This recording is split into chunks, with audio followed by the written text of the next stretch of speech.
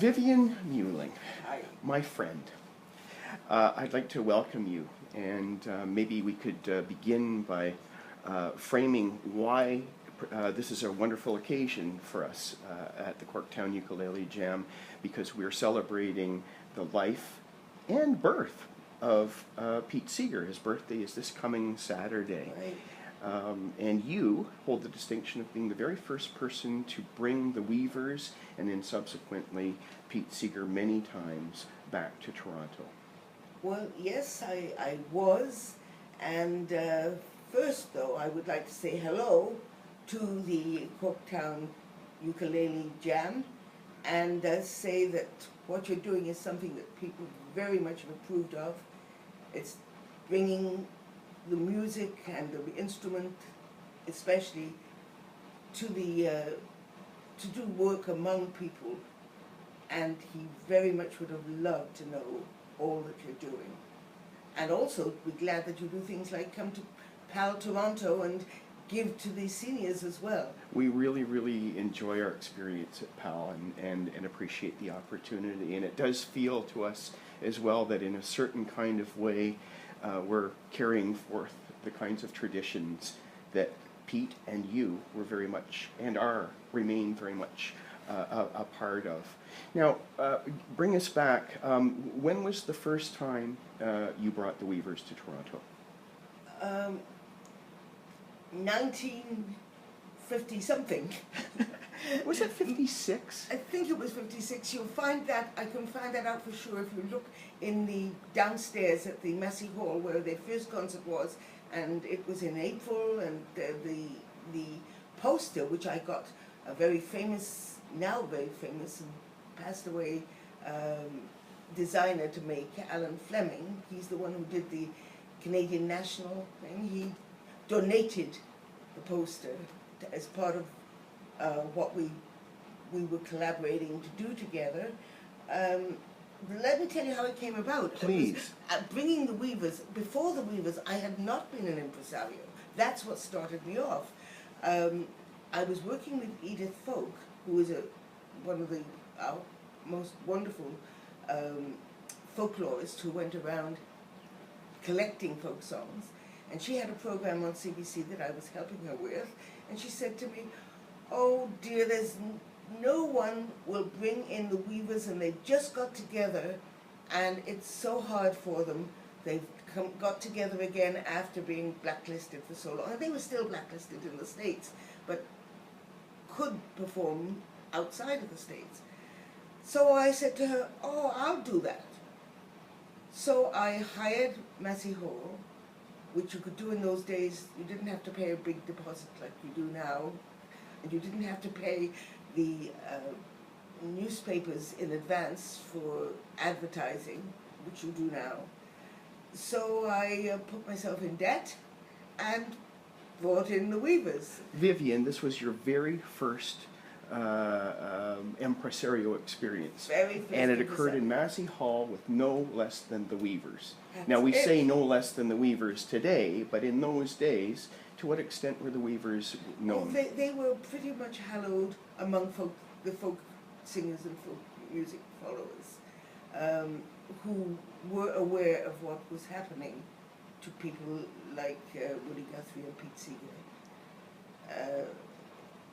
And we were pretty horrified in Canada that this was happening in the States. So with the political climate of the time, you must have faced tremendous obstacles in simply facilitating the concert to begin with. Things as simple as getting them from there to here.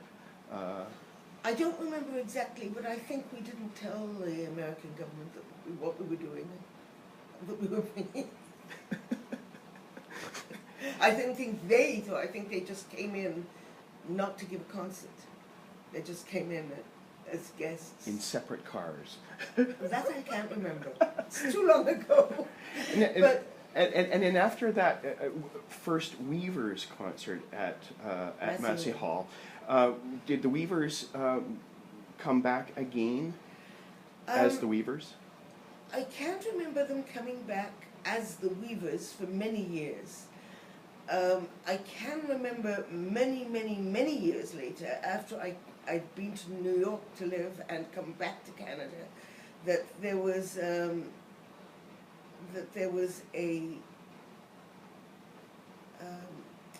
tribute to Harold Leventhal? who was their manager, and the movie of this tribute was shown somewhere in Toronto, where all of us who had anything to do with Pete were invited, and with the Weavers were invited, and they were there then. They did come back, quite a few of them. I think Alan Darling was among the ones that came back.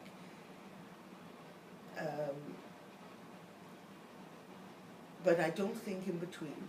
I don't remember. But Pete came many times. And you were, more often than not, you were the person who brought Pete solo. In those days, I was the only person who brought Pete solo. But other things happened from him coming. For example, the Travelers started. They already knew of him because they had belonged to a youth movement that had been very aware of him and of his tribulations. And Pete, in talking to them, had suggested that since they weren't allowed to sing "This Land Is Your Land" in America anymore, that maybe they might like to make new words and sing it here. And so it became the theme song of the Travelers. So that was Pete's idea? Yes. That's interesting. It wasn't something that they elected to do on their own volition. They didn't know. It was in talking with Jerry Gray and what's the man's name? I can't remember his name, but he had an advertising agency too. Goodis. Jerry Goodis, yes. I was in talking with them that it came about, and it was a wonderful thing to happen, and it certainly was heartening to the Weavers that the song would be there, you know. And then Pete came many times. If you had to guess, how many times do you think you might have presented Pete on his own? I think about 8 times in the time before I went to New York in 1961. And I think about 6 or 7 times in that time. But by then I was a seasoned impresario. I was the only one bringing in jazz and folk in the 50s here. There was a man who brought in classical music. He was Glenn Gould's manager and publicist for the Toronto Symphony Orchestra. He looked after all the classical, but I was the only one doing jazz and folk, and I was able to bring and introduce a whole lot of people, like Odetta, for example, and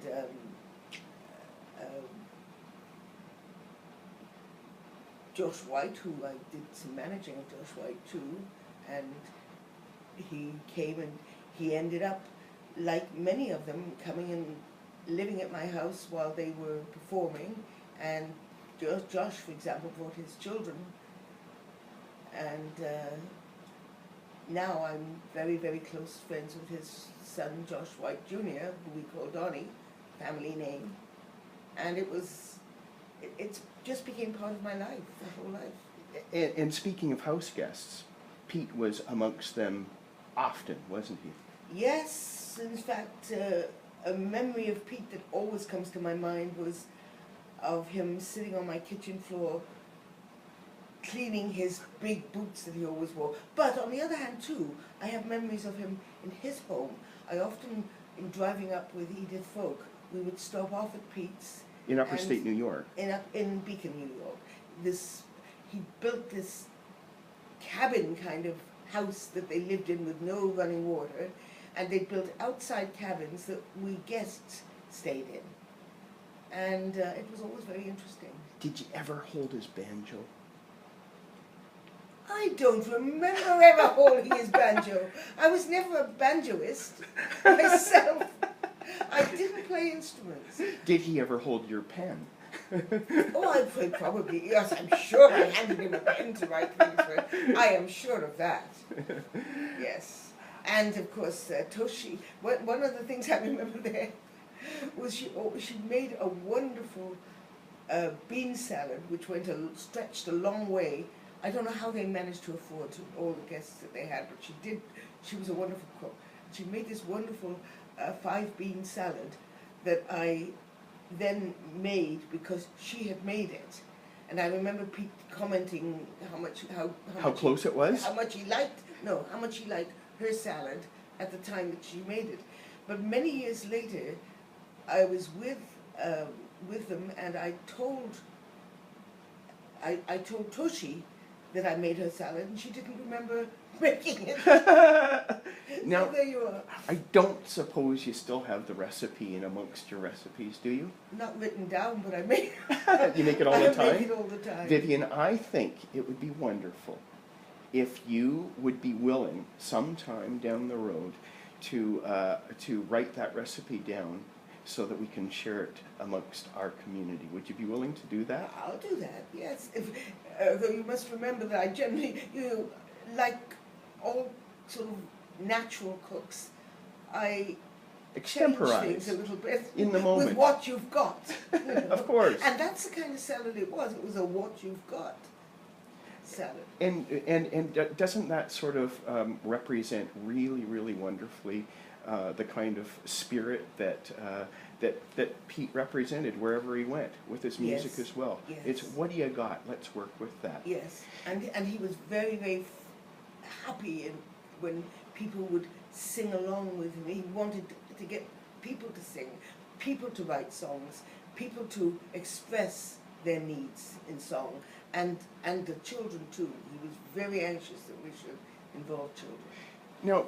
In fact, I brought him once, accidentally. I'm sorry, I interrupted you. Not at all. I've just remembered that one time I brought him, it was accidentally the Day of Atonement, and he was giving a children's concert on that day, and a concert for adults. No, the other one, the one for the children, was in a church, in a church basement hall, and all the Jewish people, a lot of Jewish people, brought their children and left them with us to the Pete Seeger concert and picked them up afterwards.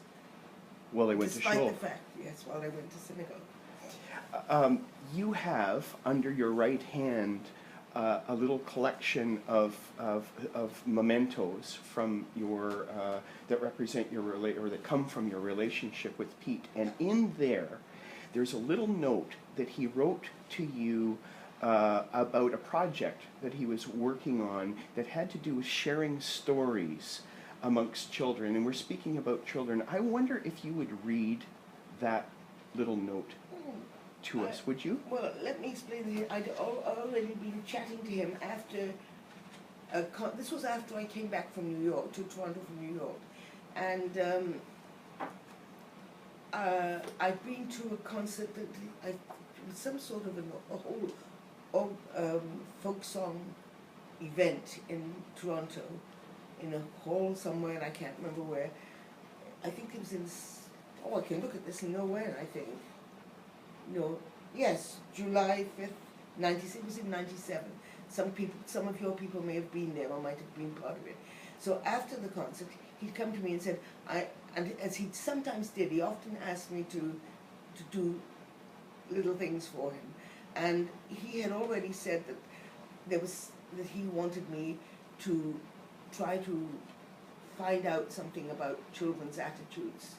And this is the follow-up. This is his request for help. Right. Dear Vivienne, sorry for delay. I'm planning to point out that very small children just want to hear the same story over and over, and that their parents' familiar voice on the same, and to hear their parents' familiar voice on the same phrases. Then, at about the age of 5 or 6, they can take new stories every night. I'm advising parents to retell any stories they like, but to emphasize the hope, the happy endings, at the same time warning of dangers. Bible stories, fairy stories, true stories, history, old movies, plays, novels. I hope you can send music for that good cumulative. Oh, this is different. That's the end of that. And then after that, he ends in the next paragraph by saying something about what we had been discussing together after the meeting. He said, I hope you can send music for that good cumulative peace song. Stay well, Pete. Now, what he was referring to was a song that I'd learned in New York about words for peace in every language. There's repeat after me and say, in Hebrew the word is shalom, in Arabic the word is salam, and in English the word is peace. I'm going to teach you a new song today. And that's the song that I taught Pete, that he wanted me to give him the more words. Did you ever hear him perform that song, Vivienne? I don't remember it. I don't remember doing it later. And then he says, later in my book, and that's this book, which he said, I'll give a few of my old story plots, told briefly, reading, fleshing out. Ah. So that's Pete. Vivienne, I want to thank you very much for spending time with us. We're honored, and as I am honored to consider you as a friend. We don't see each other nearly enough, but no, but we keep in touch from time to time. We do. Thank you so much, Vivienne. Thank you, and thank you for all that the whole group is doing to keep Folk Song alive. Thanks. And the instrument. Very Pete's much. instrument. Bye-bye.